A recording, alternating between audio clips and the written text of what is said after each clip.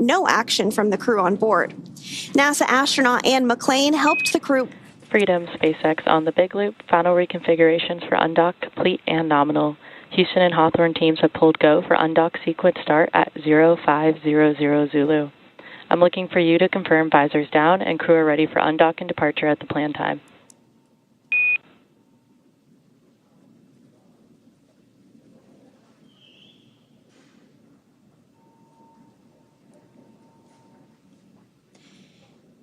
And we did just hear confirmation that the team in Mission Control and the team in Hawthorne did pull go for undocking. We might hear some continued communications. Freedom. Visors are down and we are go for undocking at the same time. SpaceX copies. Crew are configured for undock. And so that was the voice of NASA astronaut Nick Hague, who is the commander of Dragon, giving the confirmation that they heard the go. So good news, we are continuing to progress down the timeline today for an undocking at 10:05 p.m. Pacific time here in Hawthorne. Now, Mission Control in both Houston and Hawthorne will be backing them up today as we step through undocking. And speaking of Mission Control Houston, let's go over to the voice of NASA, Rob Navius at the Johnson Space Center in Houston, to talk a bit about how the station crew have been preparing to send the crew home and what we can expect from here until Dragon departs station. Rob? Well, thank you, Sandra. It's been a busy morning so far. About 2 hours ago, the 4 departing Crew 9 crew members did gather in the Harmony module right at the passageway through International Docking Adapter number 2, which connects Harmony with the Dragon Freedom. They had a final opportunity to say goodbye to one another, a final opportunity for the remaining crew members on the station, members of the Expedition 72 crew, to take photographs. As you see there, Sonny Williams and Butch Wilmore were already suited up in their SpaceX entry suits. Once that was completed and the crew floated back into Freedom, Nick Hague and Alexander Gorbanoff also suited up. Now, just for the statistic freaks out there, we can tell you that Williams and Wilmore, whose mission, of course, was extended. They launched back on June 5th aboard the Boeing Starliner spacecraft. Last August, NASA decided to bring them home on the Dragon Freedom spacecraft with Crew 9. They will come home with a splashdown on Tuesday afternoon with 286 days in space, a mission encompassing 4,576 orbits of the Earth and 121.3 million miles. But just to put it into context, not the longest single space flights in U.S. history. That distinction belongs to Frank Rubio, who remained on the station for 371 days when his Soyuz spacecraft experienced a coolant leak. He's followed on the list by Mark Vande Hei with 355 days, Scott Kelly with 340, Christina Cook with 328, and Peggy Whitson with 289 days in space. So although Williams and Wilmore have in fact had an extended mission, it's not a record-breaking mission. As we stand by for the final procedures to be encompassed here in Mission Control, you're looking at Flight Director Marcos Flores, who is the lead Crew 9 flight director here. To his right is spacecraft communicator Tess Caswell, who will be talking directly to the crew during the undocking phase and during the time that Dragon moves toward the approach ellipsoid, that mythical line in the sand where we complete integrated operations and turn over everything to the folks in Hawthorne to bring Crew 9 home for its splashdown in the Gulf of America on Tuesday afternoon. With that, we'll turn it back to you guys in Hawthorne and stand by for undocking. Thanks so much, Rob. Thanks so much, Rob. So as you mentioned, we are standing by for separation, which is set to take place here in a little bit more than 10 minutes. We are tracking a 10:05 p.m. Pacific time, 1:05 a.m. Eastern time departure from the space station. And as we mentioned earlier, just like during its approach to the International Space Station, Dragon's departure and deorbit is designed to be fully autonomous, requiring no action from the crew on board. Departure is typically faster and a little bit easier since the crew won't have to stop at any waypoints like we see when a spacecraft arrives to the space station. Once the undocking sequence is complete, Dragon will use its Draco thrusters to move away from the station in a series of 4 departure burns, which are carefully strategized maneuvers that increase the distance between the spacecraft and the space station. From there, a phasing burn will place Dragon on a trajectory to align it with the splashdown site. At the moment, the crew is suited up as they are during what we call dynamic phases of flight. And we did hear a call out a short time ago for the crew to go ahead and put their visors down ahead of the actual undocking itself. Before they depart the International Space Station, let's take a quick moment to get to know the crew we're bringing home tomorrow for the splashdown rather. U.S. Space Force Colonel Nick Hague is your Crew 9 commander. He was selected by NASA as an astronaut in 2013, and this was his second space flight to the International Space Station and third launch overall. He's spent 171 days in space with Crew 9 and has a career total of 374 days in space. During his mission, he completed a spacewalk with astronaut Sonny Williams. That was his 4th spacewalk, earning him a career total of 25 hours, 56 minutes of spacewalking time. Before Crew 9, Hague previously served as a crew member of Expedition 59 and 60 back in 2019. He flew with Alexei Ovchinin and NASA's Christina Koch, so this is actually his second time sharing the space station with Ovchinin. The Kansas native is a test pilot and distinguished graduate of the United States Air Force Academy. Nick spent 5 months in Iraq in support of Operation Iraqi Freedom, and he voluntarily transferred from the United States Air Force to the U.S. Space Force in 2021. And he is an active colonel. His wife, Katie, is a retired U.S. Air Force colonel, and they have 2 sons. NASA astronaut Sonny Williams is a mission specialist for Crew 9. This was her 3rd visit to the space station. She originally launched aboard Boeing's Starliner spacecraft and arrived at the space station on June 6th. Following the agency's decision to return Starliner uncrewed, she became an Expedition 71-72 crew member. She logged 286 days in space on this mission. Sonny has a total of 608 days in space, earning her the ranking of 2nd most time in space by a NASA astronaut. Former NASA astronaut Peggy Whitson ranks 1st with 675 days in space. Sonny conducted 2 spacewalks and has completed 9 over the course of her career, for a total of 62 hours and 6 minutes of spacewalking time. She ranks 4th on the list of cumulative time spacewalking by a NASA astronaut. Previously, she served on Expedition 14 and 15 in 2007, and again with Expedition 32 and 33 in 2012. She is a retired U.S. Navy captain and a proud graduate of the U.S. Naval Academy. Next up is NASA astronaut Butch Wilmore, who is also serving as a mission specialist today. This is his 3rd space flight, and just like Sonny, he logged 286 days in space. He conducted 1 spacewalk and has completed 5 over the course of his career, earning him a total spacewalking time of 21 hours, 2 minutes.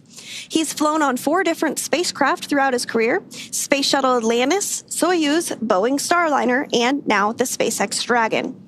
Previously, the Mount Juliet, Tennessee native served on STS-129 in 2009 and Expedition 41 and 42 from 2014 to 2015. Wilmore is also a retired captain in the U.S. Navy.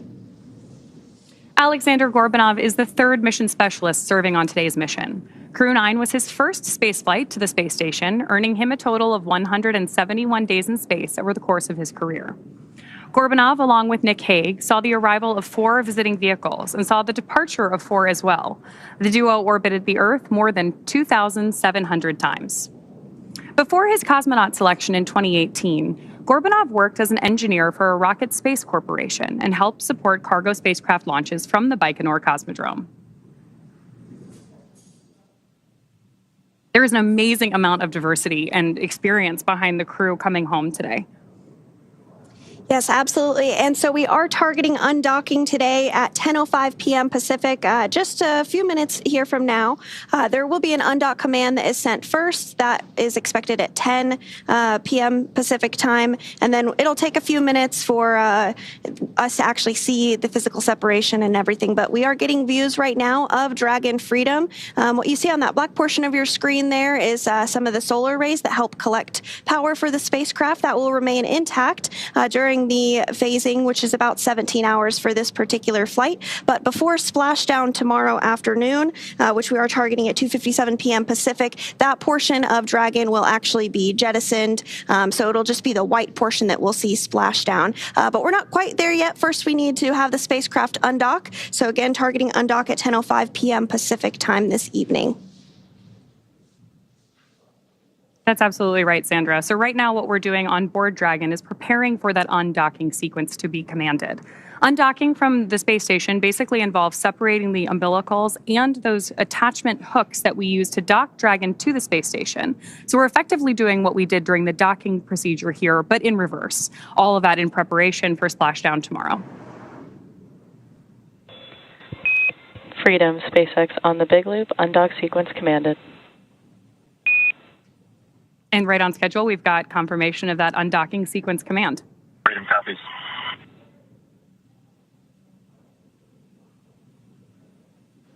Here in Houston in Mission Control, we are now monitoring the demating of the umbilical. This is the mechanism that provided electrical power to the Dragon Freedom during the time it was docked to the zenith or space-facing port of the Harmony module. Originally, Freedom docked at the forward port of Harmony, and then back on November 3rd with Williams, Wilmore, Hague, and Gorbanoff on board. Umbilical demate reported to be complete. As we stand by for the initiation of the opening of the hooks, 2 gangs of hooks, 12 hooks in all, holding Dragon to the docking port on the zenith side of Harmony.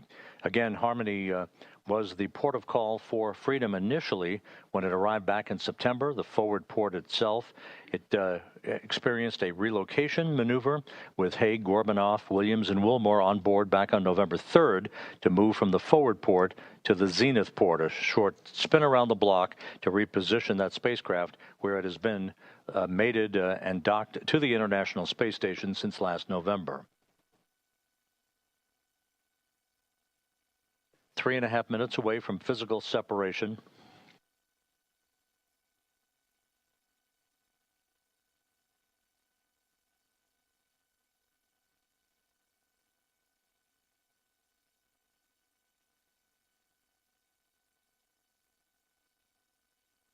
Once the physical separation occurs between Dragon and the docking port on Harmony, it will begin to move above the station at a very slow rate of about 1/10 of a meter per second. Then we'll move behind the station.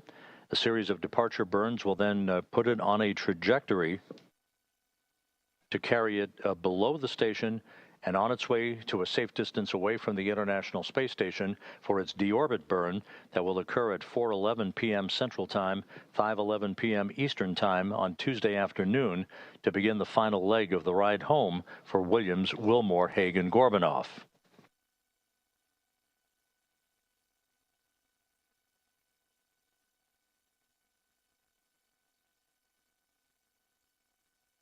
Two and a half minutes to go until physical separation. All systems reported to be in great shape. The latest weather forecast off the coast of Florida at the splashdown sites indicates pristine weather for the arrival of the Crew 9 crew on Tuesday afternoon. Open and nominal. The first gang of hooks has opened, standing by for the second. Springs on both sides of the docking interface will push off against one another to initiate that opening rate for Dragon.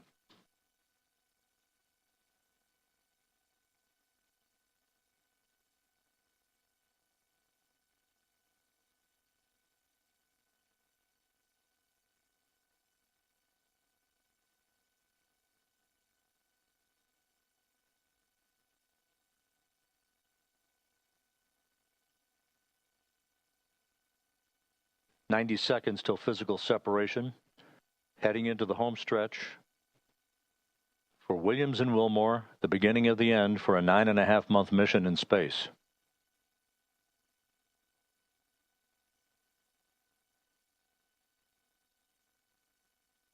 The interface between Dragon and the International Docking Adapter no longer sealed.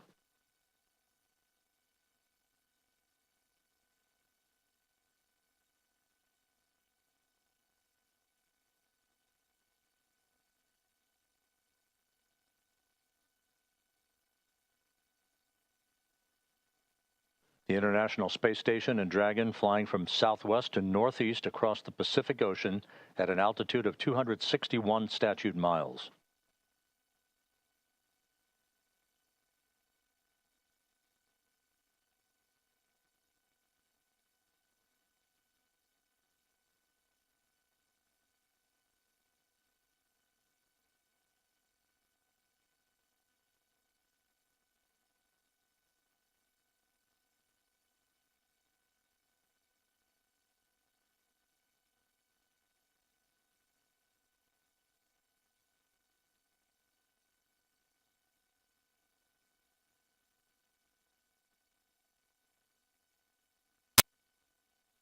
All hooks open. All hooks are open. And undocking confirmed. Freedom is free of its moorings. Sonny Williams and Butch Wilmore begin their belated trip home. Separation confirmed.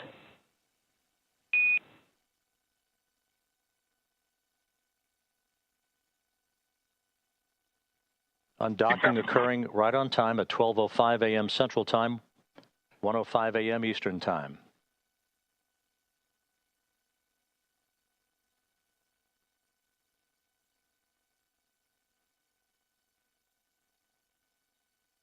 Good motion, good stability on Dragon as it backs away.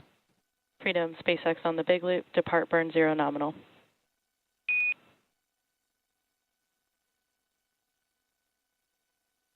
Good opening rate reported by the visiting vehicle officer.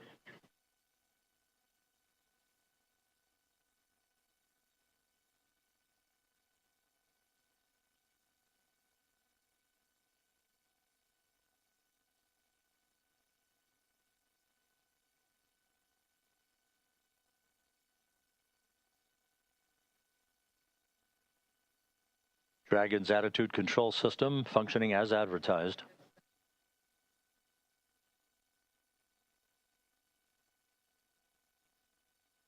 And Freedom on the big loop. On behalf of Crew 9, I'd like to say it was a privilege to call station home, to live and work and be a part of a mission and a team that spans the globe, working together in cooperation for the benefit of humanity. To our colleagues and dear friends who remain on the station, Alex and Vapor, Todd, Kirill, we know the station's in great hands. We're excited to see what you guys are going to accomplish, and we'll be waiting for you. Crew 9's going home.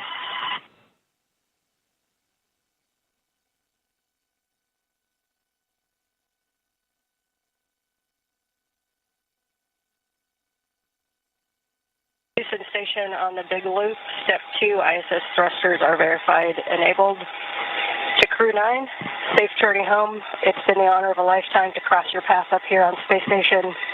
Your service has been very much appreciated, and we'll miss you, but have a great journey home.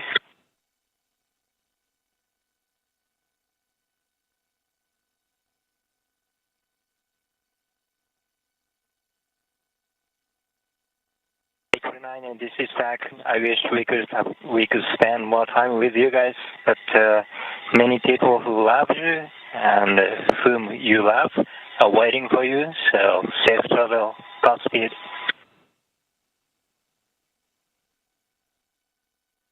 And for crew arrival, we ring a bell in Navy tradition, and for Crew 9, I did a baritone salute as you undocked. Love you guys.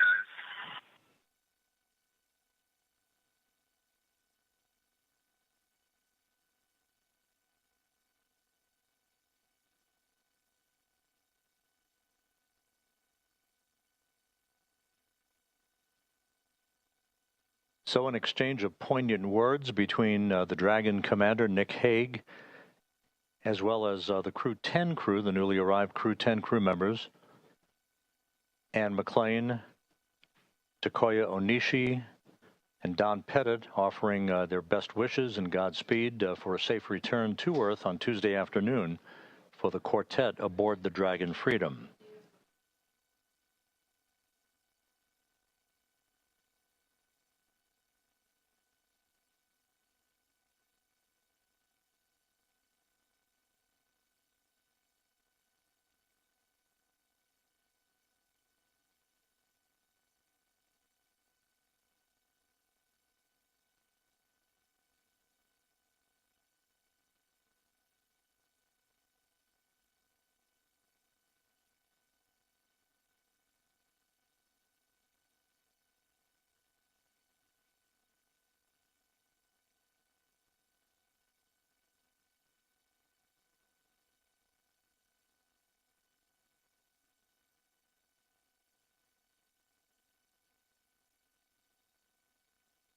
Dragon continues an opening rate away from the zenith port of the Harmony module of the International Space Station, undocking occurring just about 5 minutes ago at 12:05 a.m. Central Time, 1:05 a.m. Eastern Time.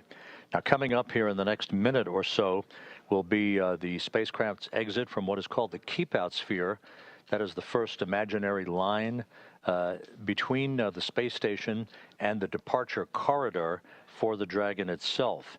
That will be followed by Dragon maneuvering to a Sun communications pointing orientation and to enable better communications between the tracking and data relay satellite system and Dragon's communications capability itself. The approach ellipsoid exit, that basically is the end of integrated operations, where Dragon will cross that imaginary line to move beyond the neighborhood of the station, as it were, is scheduled about 14 minutes from now.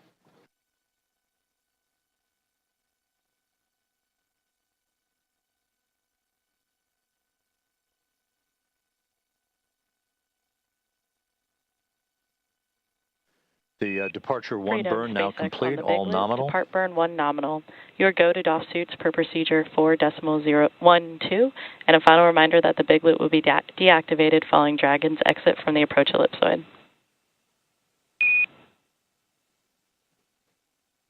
Copy.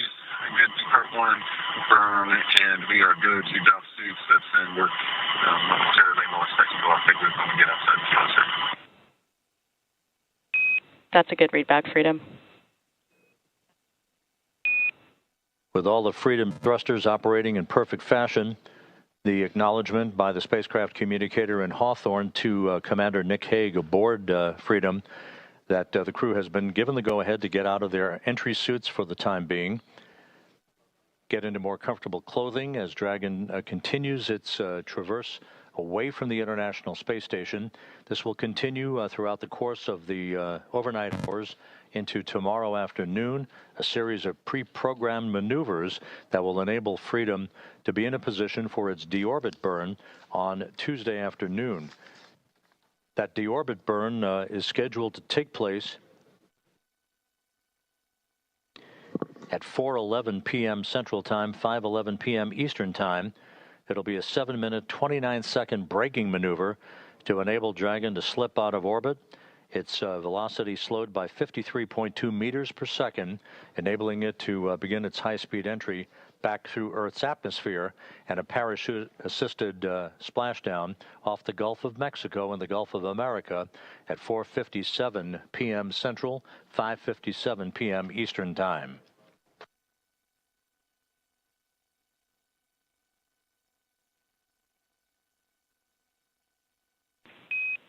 Station and Houston, on the big loop, Dragon has exited the keep-out sphere.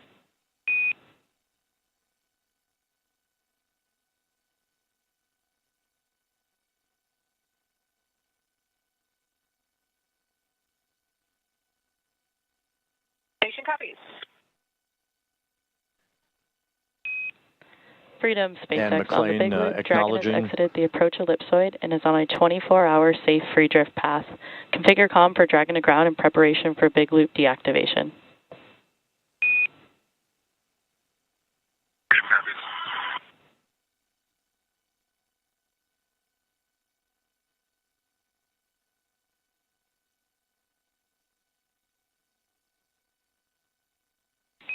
And Freedom SpaceX on the big loop. Premature call. We have exited the keep out sphere but are still in the approach ellipsoid.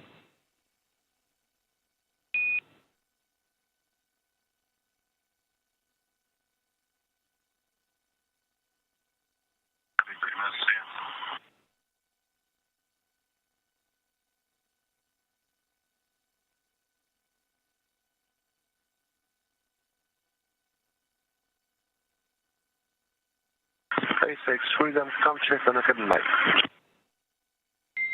Freedom, we have you loud and clear. How us?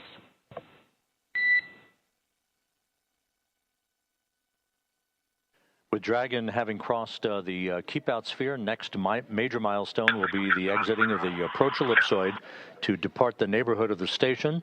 With that, we'll toss it for the moment back to Hawthorne and Veronica and Sandra. Thanks so much, Rob.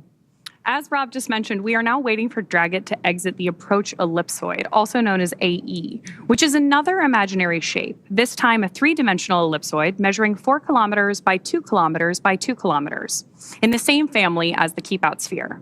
It's one of several safety zones set up to govern visiting spacecraft, either arriving or departing the station. Before moving into the Keep-Out Sphere or the approach ellipsoid, spacecraft have to be configured where they would not cross the imaginary boundary for a set period of time, even if the spacecraft lost all maneuvering.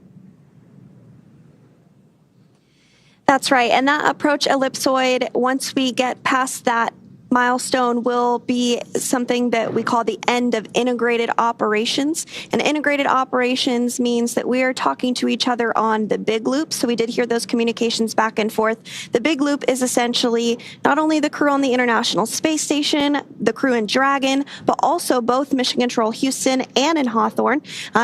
Hence the name The Big Loop, because they're all working together to make sure that they have common communications during some of these dynamic portions of flight. So again, we are standing by for approach ellipsoid exit at 10:24 p.m. Pacific time. And on your screen there, we are getting a view of Dragon from the International Space Station, now quite a bit smaller than when we just saw a few minutes ago, undocking at 10:05 p.m. Pacific. Also in the line of sight there, we have a small view of the Canada arm, which is a robotic arm that helps do some maneuvering and is utilized a lot during spacewalks on board the International Space Station.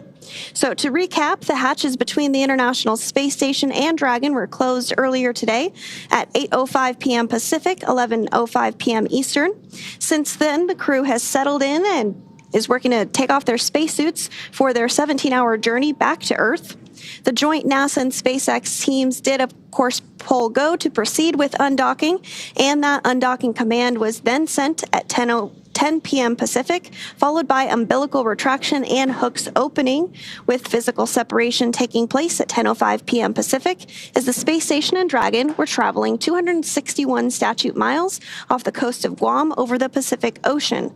Dragon then completed 2 of 4 departure burns and has exited the Keep-Out Sphere, and we are now just minutes away from Dragon crossing the approach ellipsoid to set the spacecraft and Crew 9 up for their path back to Earth. Again, Dragon is targeting to splash down off the coast of Florida in the Gulf at 2:57 p.m. Pacific, 5:57 p.m. Eastern on Tuesday, March 18th, marking the completion of a long-duration science and research mission. Great views right now on your screen of Mission Control here in Hawthorne, California.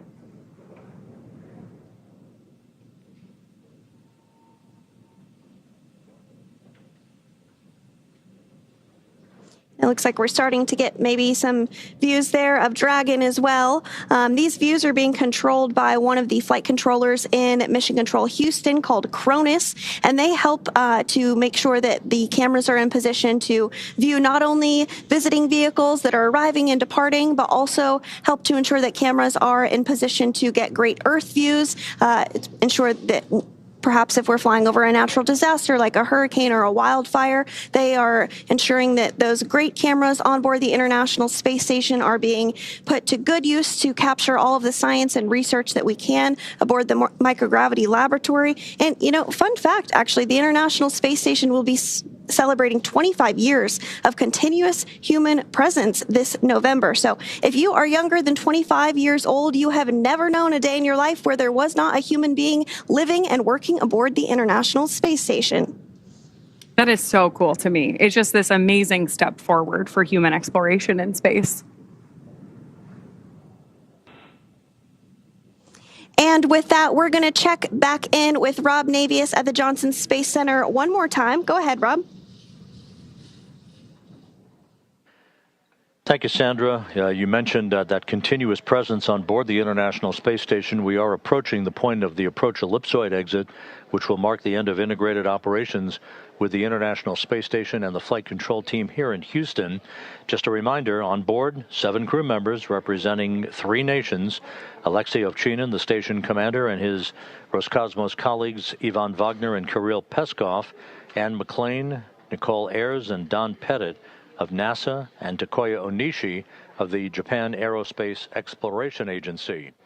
Ovchinin, Wagner, and Pettit are next up to depart the station on April 19th. They are scheduled to return home to the steppe of Kazakhstan and a parachute-assisted landing on April 19th U.S. time, April 20th in Kazakhstan. Before that happens, another NASA astronaut, Johnny Kim, along with 2 Roscosmos cosmonauts, will be launching from Baikonur on April 8th as that continuous presence of researchers on board the International Space Station continues unbroken. Sandra?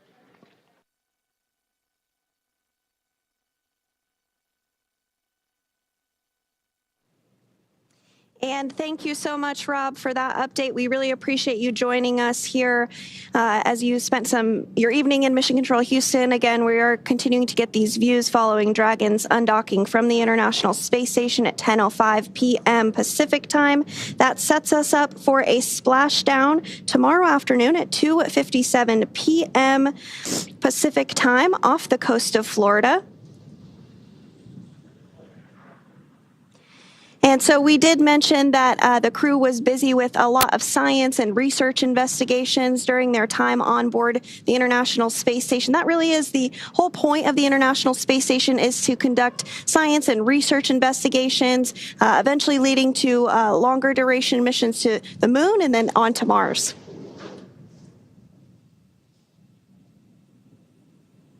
We're, of course, standing by for any further communications from Crew 9 on board Dragon Freedom at this time.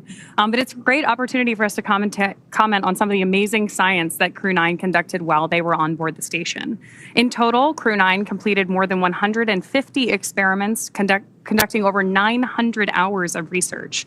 Following their splashdown tomorrow, some of those time-sensitive experiments will be among the first offloaded off the capsule and then returned to various research facilities across the country so that the science can continue.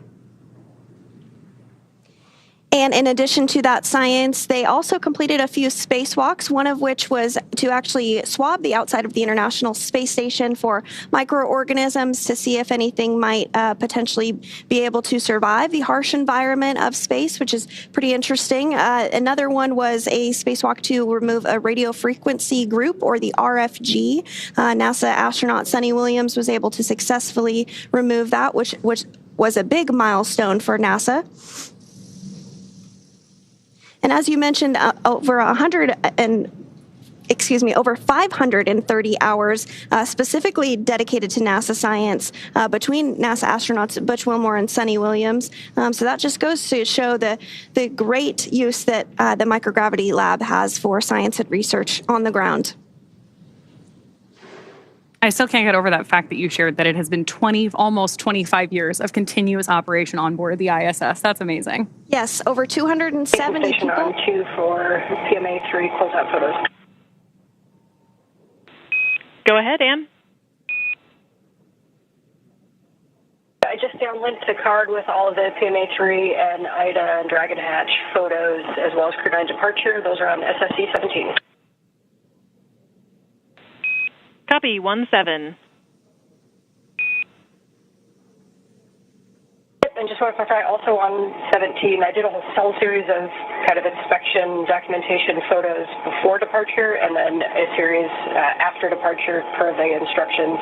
So 2 different folders with before and after photos. We copy.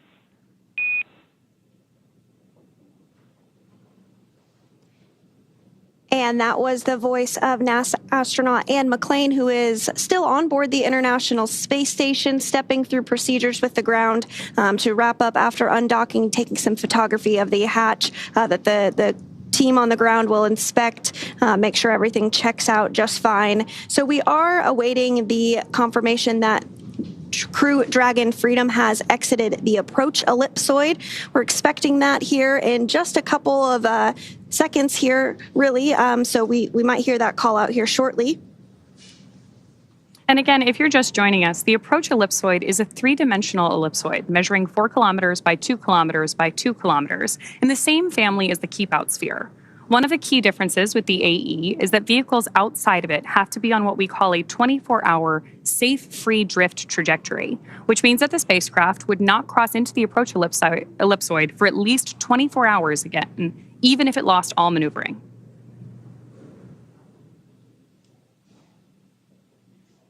That's exactly right. So we'll continue to stand by for that. Now, you may be wondering, what will the crew be doing during their 17-hour phasing?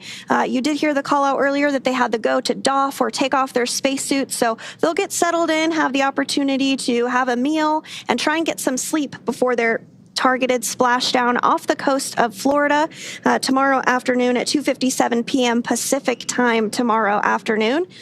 So we are looking forward to seeing them splash down off the coast of Florida tomorrow. So continuing to stand by for that approach ellipsoid exit. Should be hearing the call out any moment now. And that will really end the portion of integrated operations between the space station, Dragon, Hawthorne, Mission Control, and Mission Control Houston as well. Freedom, SpaceX on the Big Loop. Dragon has now exited the approach ellipsoid and is on a 24-hour safe free drift path. Please make sure that comm is configured for Dragon to ground.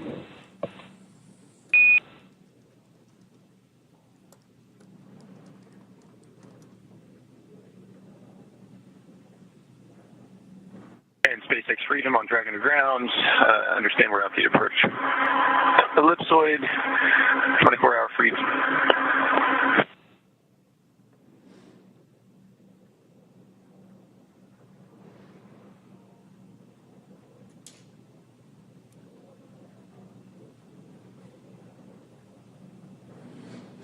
Good confirmations there, both from Mission Control and Dragon.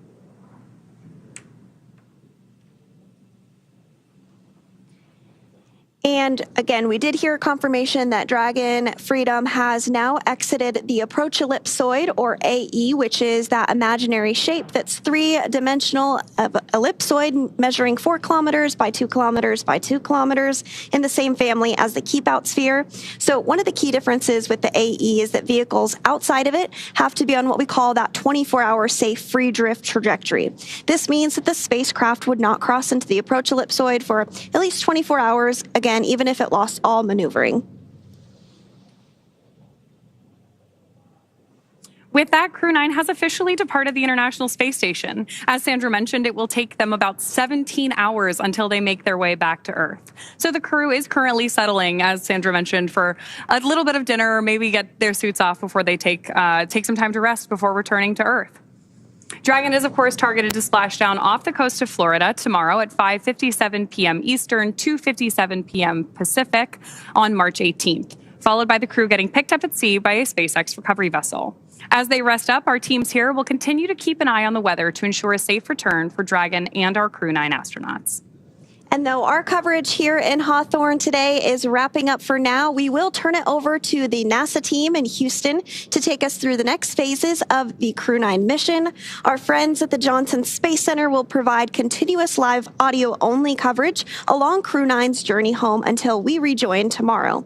You can find the audio-only link by visiting nasa.gov/live and clicking the mission audio link, or by searching for NASA Mission Audio Live feed on YouTube at go.nasa.gov/live-ISS. Meanwhile, we'll rejoin you for live visual coverage starting roughly 1 hour prior to splashdown at 1:45 p.m. Pacific. As always, you can find mission updates on X at NASA, at SpaceX, and on the web at nasa.gov. Thanks so much for watching. We'll see you and our Crew 9 astronauts soon.